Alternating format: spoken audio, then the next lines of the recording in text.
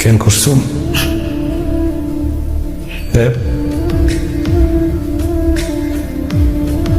কেন?